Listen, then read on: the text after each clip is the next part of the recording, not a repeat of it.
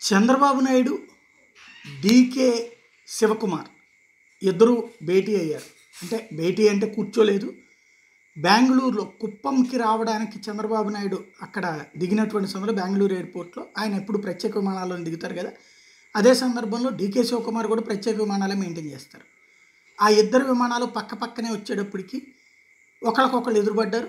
నమస్కారం పెట్టుకునే సందర్భంలో డీకే శివకుమార్ చంద్రబాబుని పక్కకి తీసుకువెళ్ళి మాట్లాడటం అన్నటువంటిది కీలక ప్రాధాన్యం. ఇందులో ఒకటి, ప్రస్తుతం చంద్రబాబు కాంగ్రెస్తోనే కలిసి ఉన్నారన్నటువంటిది సత్యం. ఎందుకంటే ఓ పక్కన రేవంత్ రెడ్డితో కథ అంతా నడిపిస్తోంది ఆయన, రెండో పక్కన షర్మిలని నడిపిస్తోంది డీకే శివకుమార్, కథ నడిపిస్తున్నది బాబు అన్నటువంటిది కూడా కీలకమైనటువంటి అంశం. ఈవెన్ వైఎస్ఆర్ కాంగ్రెస్ పార్టీ వాళ్ళు షర్మిలతో మాట్లాడే ప్రయత్నం చేసిన ఆమె హస్బెండ్ అనిల్ అయితే తమకి జరిగిన అది జరిగింది ఇది జరిగిందని మాట్లాడుతున్నారు, కానీ మాకు ఎవరండగా ఉంటారో మాకు తెలుసు అనేటువంటిదే మాట్లాడుతున్నారు అన్నది ఒక కీలకమైనటువంటి పాయింట్. తద్వారా కాంగ్రెస్ పార్టీలోకి కూడా చంద్రబాబు నాయుడే సహకారంతోనే మూవ్ అయ్యే ప్రయత్నం. అంటే తెలంగాణకి ఇంట్రెస్ట్ లేదు, అక్కడ తెలంగాణకి ఇష్టం లేదు వీళ్ళెవరికి కూడా, అటు రేవంత్కి కానీ చంద్రబాబుకి కానీ.